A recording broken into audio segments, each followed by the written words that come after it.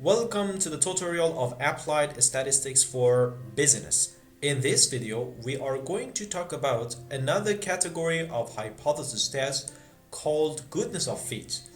We are going to see how we can use different hypothesis tests in order to conduct goodness of fit on our data. First of all, we are going to talk about the logic behind each hypothesis test, and then we will see how we can have different hypothesis tests for the purpose of goodness of fit on our data. The goodness of fit tests are important in statistics for many reasons. They provide a way to assess how well a statistical model fits a set of observed data. The main importance of running a goodness of fit test is to determine whether the observed data are consistent with the assumed statistical model. By extension, a goodness of fit test may be useful in choosing between different models which may better fit on the data. There are different hypothesis tests for goodness of fit. It is apparent that in this tutorial we are going to talk about the most important hypothesis test for goodness of fit. The chi-square is really an important hypothesis test which have many applications in statistics. Therefore, we provide a separate video for chi-square which you can follow that in order to see how you can use chi-square for the purpose of goodness of fit.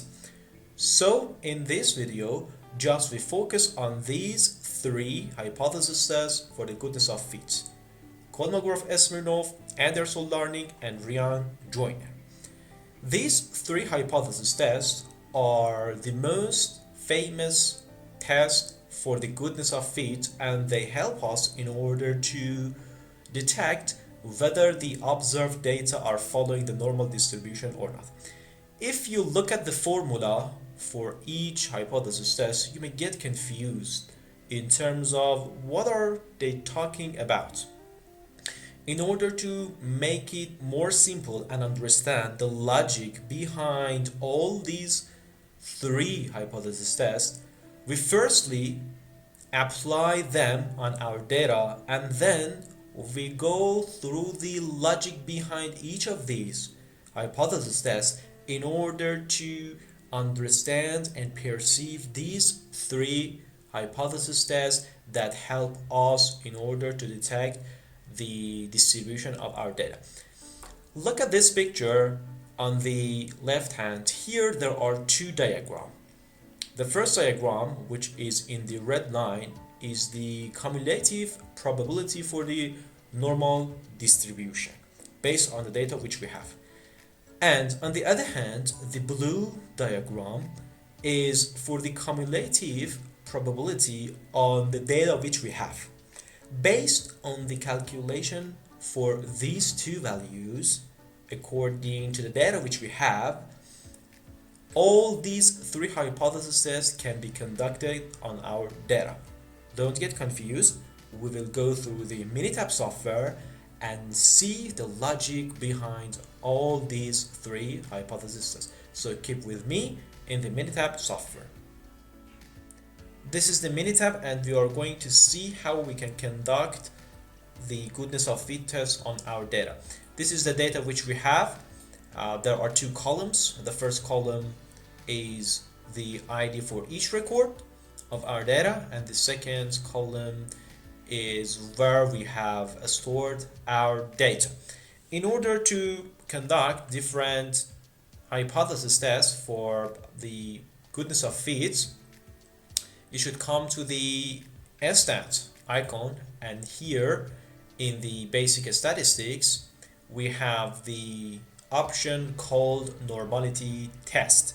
The normality test use those three hypothesis tests in order to detect whether your data is following the normal distribution or not. However, we have other options in order to detect other famous distribution for your data.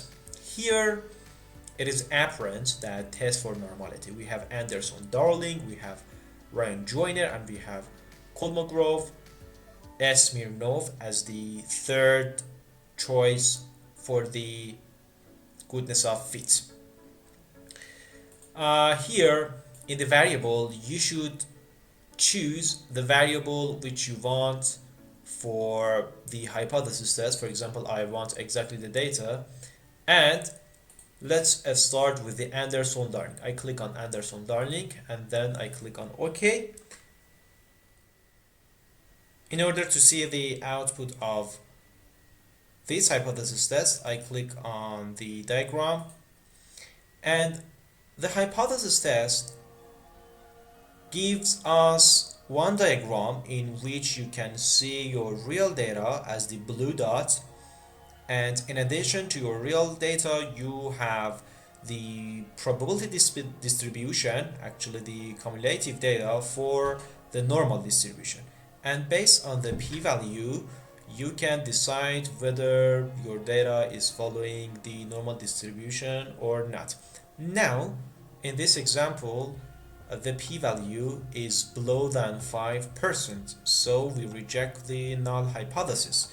The null hypothesis in the goodness of fit test is related when our data is following the specific distribution. So in this case we reject the null hypothesis, which is the representative of following the normal distribution. Again, in the same way, we can have the third hypothesis test for goodness of fit. To do that, I should follow the same steps. Go to the stat tabs, and then in the basic statistics and normality test, here you should choose the Kolmogorov-Smirnov. As you see, the hypothesis test for the goodness of fit is really easy, whether you are using the Minitab software or other statistical software such as SPSS, JMP, or even programming language such as Python and R. It's really easy to conduct the hypothesis test for goodness of fit, and that's just enough easy one line code which you can find on internet. Now I want to talk about the logic behind these three hypothesis tests and how these three hypothesis tests will work. So imagine that we have this data and we are going to see how we can have these three statistics for our data. The first step is sorting the data which you have. Let me sort my data. In order to sort my data, I come to the actually data tab, and here we have the sort option. I click on sort and I want to sort my data, and here I choose the column data, and I want to store my sorted data in the separate column which is C3. So I click on OK, and after that here you can see the sorted data. Let me choose the appropriate name for that, for example sorted. After sorting your data, you should calculate two different columns for your data. This is the logic behind these three hypothesis tests. One of them is about real CDF for your data, real cumulative distribution for your data, and the other one is the normal CDF for your data. Here we want to assess whether our data follow the normal distribution or not. If you want to assess your data, for example, follow other distributions such as gamma, you should calculate another field, for example, the gamma cumulative distribution function. For the real CDF and normal CDF, we want to see how we can have these two calculations. If I want to categorize your mind, for each record of our data we should have two numbers. We should have actually one ordered pair, real CDF and normal CDF. Imagine that I want to calculate the real CDF for the record which has the ID 4. The real CDF is really easy. The real CDF tells us how many persons of my data are equal or less than the current data which I am calculating the real CDF. So in order to calculate the real CDF for this sample data, I should just divide the number 3 to the total number of data which I have. In this case, we have 1280. For calculating the normal CDF for this data, firstly, I have to calculate the average and the standard deviation of my data. In order to do that, I come to the stat bars, basic statistics, and display descriptive statistics. And here, for example, I want to see the mean and the standard deviation. I don't want to see minimum, maximum, no missing.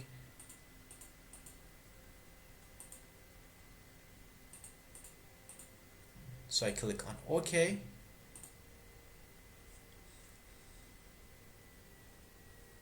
And this is the average and the standard deviation which I have. I need these two values in order to calculate the normal CDF for my data. So how we can have the normal cumulative distribution for a specific value, which is here exactly this number. In order to calculate the normal CDF, I should come to the graph tabs, and here we have probability distribution plot. I click on OK. Then since I want to see the probabilities, I click on probabilities, and after that I have this distribution. Here I should write the mean of my data, which is here 3.676, and for the standard deviation it is 6.103. Then in the shaded area, I click on shaded area, and I should write exactly the x value which I have, and here it's 17.195. Then I click on OK.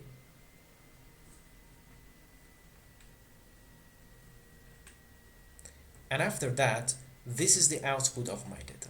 Exactly, this is the value which I should write in the normal CDF, which is here 0.013 and 5. This is the steps which all goodness of hypothesis tests should follow in order to understand whether our data is following that specific distribution or not. For each record, we should have this value. Based on these two values, the statistics of our hypothesis test, the goodness of it, will calculate it as we had in our data. As you remember, this was the goodness of fit hypothesis test which we talked. We had 3 hypothesis tests. The point is that the Kolmogorov and the Anderson-Darling statistics will calculate based on the difference between those two columns which we calculated, the real CDF and the normal CDF. And the rejoinder statistic is based on the correlation between those two values. And so now you can understand that how this specific hypothesis test is working with this logic. According to that, the statistics is calculated, and based on the statistics we have p-value. Based on the p-value we can decide whether to reject or accept the null hypothesis for our data. All hypothesis tests which tries to detect the distribution of our data in terms of goodness of fits following this instruction which I explain you in a simple words. However, as you saw, the formula behind these two concepts are more complicated. In this video, I wanted to teach you 3 important things. Firstly, what is the purpose of these hypothesis tests for your data. Secondly, how you can conduct these hypothesis tests as easy as possible. This was in the Minitab software, but I guarantee you, and I will show you in upcoming videos, easily see the same results in other software in a minute. And as the last purpose for this video, we wanted to show you the logic behind all these hypothesis tests. Now you can implement different hypothesis tests for the goodness of it on your data.